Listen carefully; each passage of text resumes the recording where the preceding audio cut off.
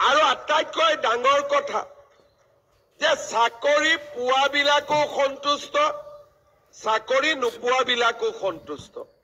সেইকাৰণে চাকৰি পোৱাৰ পিছত আজি আমাৰ হাইকোৰ্টত চাকৰিৰ প্ৰক্ৰিয়াটোক চেলেঞ্জ কৰি এক প্ৰকাৰ গোচৰ নাই বুলি আমি ক'ব পাৰো।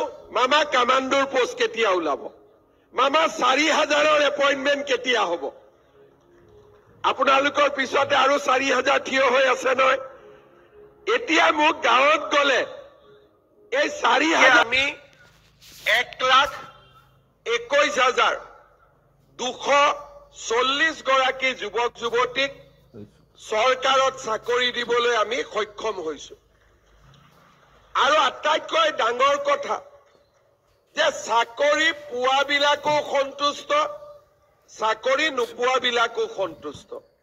সেইকাৰণে চাকৰি পোৱাৰ পিছত আজি আমাৰ হাইকোৰ্টত চাকৰিৰ প্ৰক্ৰিয়াটোক চেলেঞ্জ কৰি এক প্ৰকাৰ গোচৰ নাই বুলি আমি ক'ব পাৰো।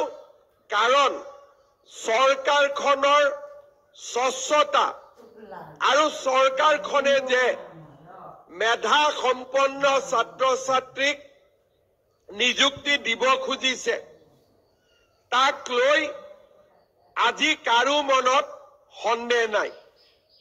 প্ৰথম 2 বছৰ বিধানসভাত বিৰোধীয়ে মোক সদায় সোধে যে 1 লাখ চাকৰি কেতিয়া হ'ব?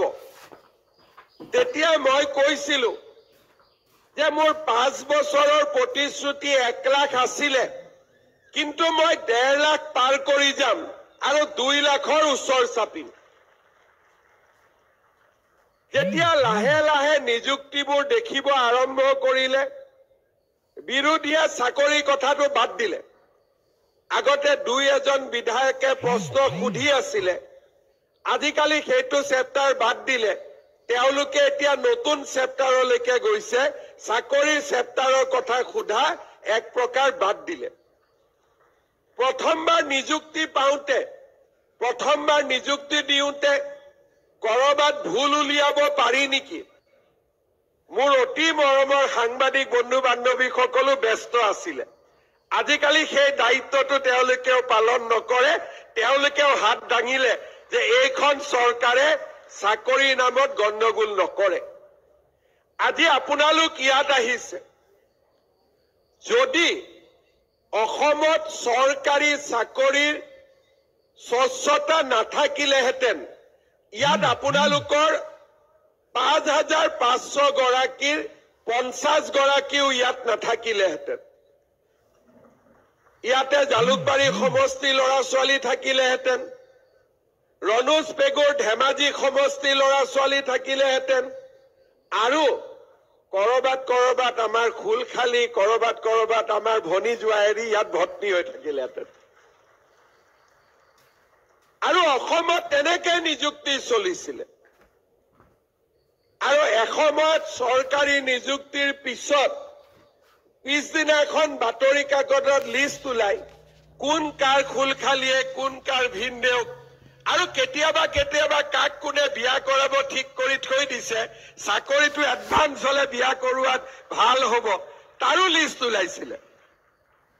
কিন্তু আজি আমাৰ ৰাজ্যখনত এটা ভাবিব নোৱাৰা পৰিৱৰ্তন আহিছে। অকল যে শিক্ষকক লৈ নহয়, আজি যেতিয়া মই গাঁৱত যাওঁ প্ৰথম প্ৰশ্ন আমাৰ কেতিয়াবা গুৱাহাটীত বহি থকা ব্যক্তিসকলে ভাবে যে নিশ্চয় আমি ইমান লিখা পঢ়া কৰি আছো, ফেচবুকত চৰকাৰ এগেইনষ্টত লিখি আছো, ইমান কষ্ট কৰি আছো, হিমন্ত বিশ্ব শৰ্মাক ল'ৰাবিলাকে লগ পালে নিশ্চয় বহুত টান টান প্ৰশ্ন কৰে। মোক এটাই প্ৰশ্ন কৰে, টান টান প্ৰশ্ন, মামা কামাণ্ডোৰ পোষ্ট কেতিয়া ওলাব? মামা 4,000ৰ এপইণ্টমেণ্ট কেতিয়া হ'ব? আপোনালোকৰ পিছতে আৰু 4,000 থিয় হৈ আছে নহয়। এতিয়া মোক গাঁৱত গ'লে এই 4,000 খালি লগ কৰি থাকে যে আমাৰ নিযুক্তি কেতিয়া হ'ব। কামাণ্ডোৰ নিযুক্তি কেতিয়া হ'ব আৰু মোক সোধে গাঁৱৰ ষ্টেডিয়ামখন বনাই দিব লাগে মই বোলো হিমা দাস লভলিনাক দেখি এওঁলোকে খেলুৱৈ হ'ব খুজিছে নেকি মই বোলো ষ্টেডিয়াম কিয় খেলিব ইচ্ছা কি খেলা বোলে নহয় দাদা পুলিচৰ চাকৰি লাগে নহয় দৌৰিব লাগে এনেকুৱা পৰিৱেশ অসমত আগতে কেতিয়াও হোৱা নাছিল আজি আমাৰ অসমত এটা ভাবিব নোৱাৰাকৈ যুৱক যুৱতীৰ মাজত এটা আশাৰ সঞ্চাৰ হৈছে যে পঢ়া শুনা কৰিলে আমি চৰকাৰী চাকৰি পাব পাৰো আৰু য'ত চৰকাৰী চাকৰি নাপাম তাত চৰকাৰখনে আমাক এক প্ৰকাৰ আত্মসংস্থাপন নহলে বিভিন্ন প্ৰকাৰে আমাক নিযুক্তিৰ ব্যৱস্থা কৰিব আজি কেইদিনমান আগৰ পৰা এই বিষয়ে পেপাৰত লিখালিখিও হৈ আছে আমাৰ জাগিৰোডত সেমি কণ্ডাক্টৰৰ ইণ্ডাষ্ট্ৰী আহিছে